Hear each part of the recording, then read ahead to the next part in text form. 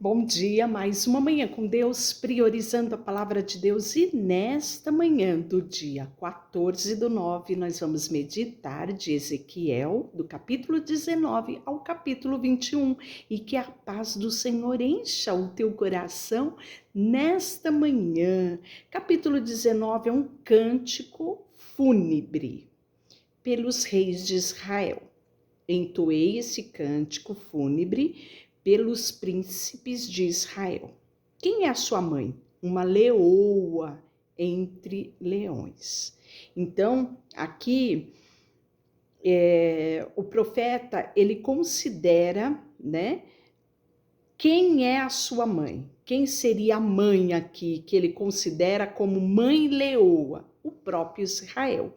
E quando ele fala uma leoa entre os leões, ele está falando da sua mãe leoa, Israel, e os seus leõezinhos, que seriam os reis de Israel. Isso eu estou falando para que você entenda o que o profeta está trazendo aqui. Ela se deitava entre os leãozinhos e criava os seus filhotes. Criou um deles para se tornar um leão forte. Ele aprendeu a caçar, a despedaçar presa e a se tornar um devorador de gente. As nações ouviram falar dele e apanharam na cova o que lhe preparavam. Com ganchos levaram para a terra do Egito. Quando a leoa viu que a sua esperança por ele estava perdida, pegou outro filhote e ensinou a ser um leão forte. Ele andava entre leões e se destacava por a sua força. Aprendeu a caçar e a despedaçar a presa, e também se tornou o devorador de gente. Derrubou fortaleza, destruiu cidades, a terra e seus habitantes tremiam de medo quando ouviam seu rugido. Então o exército das nações o atacavam e cercaram de todos os lados.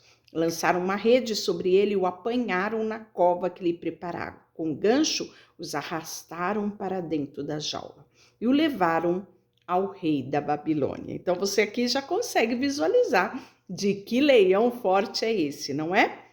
Então nós podemos ver aqui ele falando, né, dos dois reis, né, o rei no norte e o rei no sul, que foram levados cativos à Babilônia. Sua mãe, como uma videira plantada junto às águas, tinha folhagem viçosa e dava frutos, porque havia muita água. Então está falando ainda dessa videira de quem? De Israel, né? Seus ramos se tornaram fortes o suficiente para serem cetros de reis, que cresceu e ficou alta e se elevou acima de todas as outras. Mas a videira foi arrancada pela raiz com a fúria e atirada no chão. O vento do deserto secou os seus frutos e quebrou os seus fortes ramos. Por isso ela murchou. O que está falando aqui do vento do deserto? Falamos dele ontem, o rei da Babilônia. É isso mesmo. E aí fala que ela foi murcha, né? Ela foi murchada. Então Israel, essa videira, né, que tinha ramos fortes, fortificada, ela foi arrancada, né? Quando a videira está plantada no deserto, onde o solo é duro e seco, de seus ramos saiu fogo e consumiu seus frutos. Os ramos que sobraram não eram fortes o suficiente para ser cetros de rei. Então, este aqui era o cântico fúnebre pelos reis de Israel. E aí, no capítulo 20, vai falar sobre o quê? A rebelião de Israel. Em 14 de agosto, durante o 7º ano do exílio do rei Joaquim, alguns dos líderes de Israel vieram consultar ao Senhor. Enquanto estavam sentados comigo, eu recebi esta mensagem do Senhor: Filho do homem, diga aos líderes de Israel: assim diz o Senhor soberano, como ousa vir me consultar? Tão certo como eu vivo, diz o Senhor soberano, que não lhes direi coisa alguma. Filho do homem, apresente acusação contra eles e condene-os e faça ver que eram detestáveis os pecados dos seus antepassados.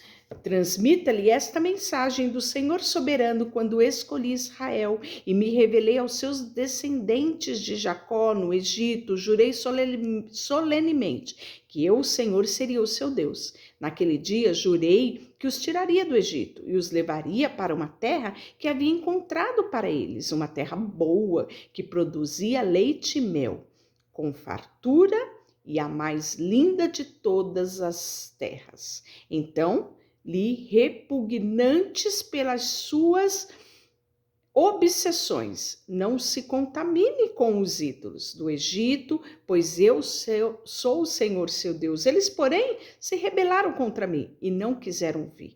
Não se livraram das imagens repugnantes, os quais estavam obcecados, e nem abandonaram os ídolos do Egito, mas por causa do meu nome não o fiz, né? Então ele fala que ele teve uma fúria, né?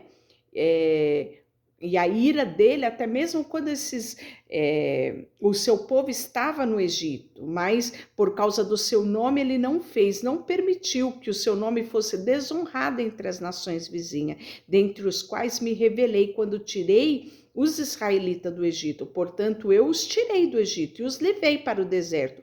Ali dei os meus decretos, meus estatutos, para que encontrassem vida ao praticá-lo. Olha que coisa linda, né? Encontrassem vida na obediência, da prática dos mandamentos do Senhor. É diferente hoje? Não. Deus espera tão somente que observemos os seus mandamentos e cumprimos ele no nosso dia a dia.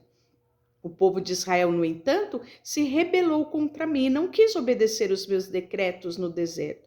A obediência lhes teria dado a vida, mas não seguiram os meus estatutos. Além disso, profanaram um sábado, porque ameacei e derramei minha fúria para os consumi-lo. Mais uma vez me contive por causa do meu nome, pelo quais não fosse desonrado diante das nações, né? Então, nós podemos ver que ali no deserto, Deus teve vontade de matar todo o povo, né? A figura de Moisés como intercessor ali. Senhor, não faça isso, poupe o que vão as nações dizer se o Senhor fizer isso. Aqui a gente vê uma revelação trazida ao profeta Ezequiel tanto tempo depois, não é?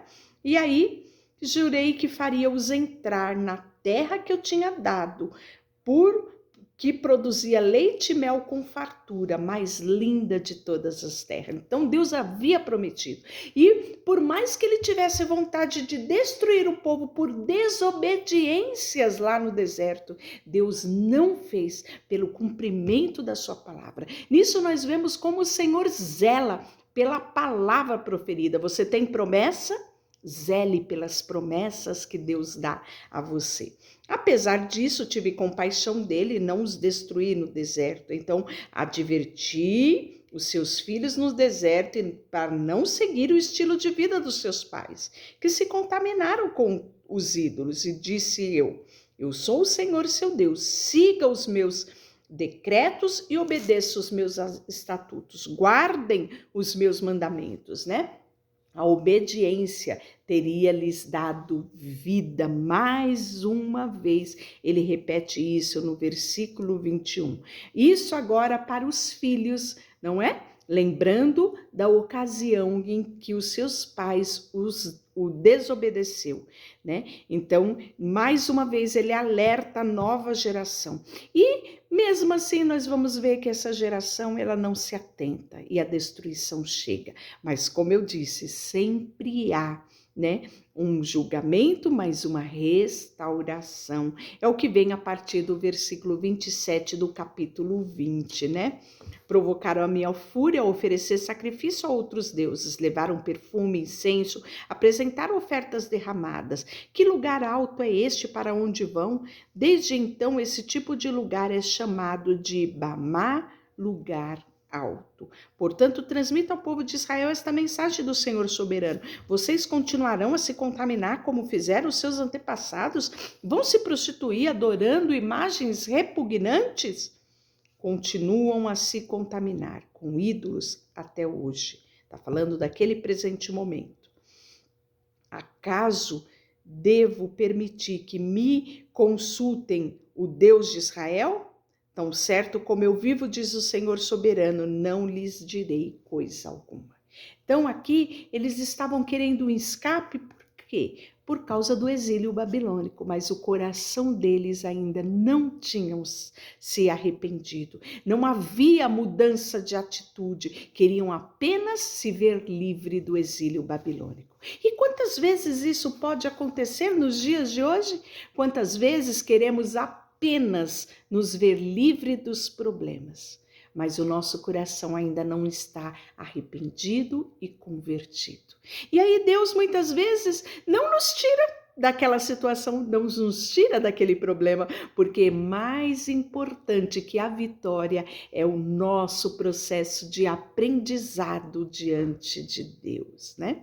E aí nós vamos ver que isso aconteceu aqui, o julgamento contra o Neguebe, e aí nós podemos ver, por fim, capítulo 21, que é a espada de julgamento do Senhor. Isso é declarado no capítulo 21. Recebi essa mensagem do Senhor: filho do homem, volte o rosto para Jerusalém e profetize contra Jerusalém e os seus santuários. Sou seu inimigo, ó Israel, e estou prestes a tirar a espada da bainha para destruir esse povo. Então você percebe, né, que esta mensagem ela é repetida diversas vezes, né? Até mesmo quando há já povo lá no exílio, né? Existia um povo ainda na terra nativa, né? E outros que já tinham sido elevados para o exílio. Deus continua ainda apostando no arrependimento deste povo, né?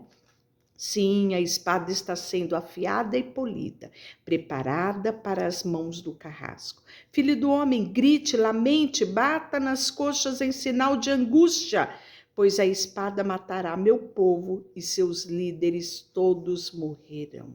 Né?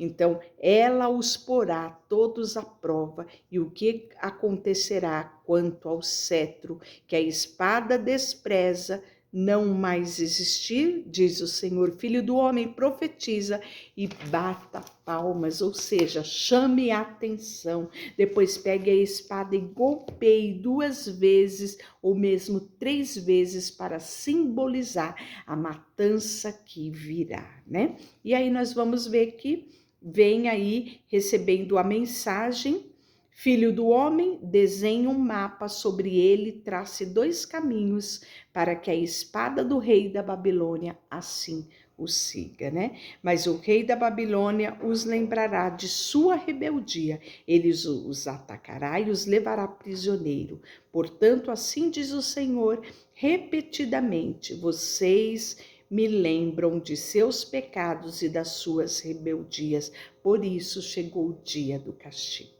Deixa eu orar por você. Senhor, nesta manhã queremos colocar o nosso coração diante de Ti. Como a Tua palavra nos alerta de que é necessário, Senhor, sabe, olharmos para dentro de nós. É necessário um arrependimento genuíno, uma mudança de atitude, para que, mediante a isso, a nossa sorte seja mudada. Por isso, queremos colocar diante de Ti a nossa vida, tudo que temos e tudo que somos. Em nome de Jesus, amém. Deus te abençoe.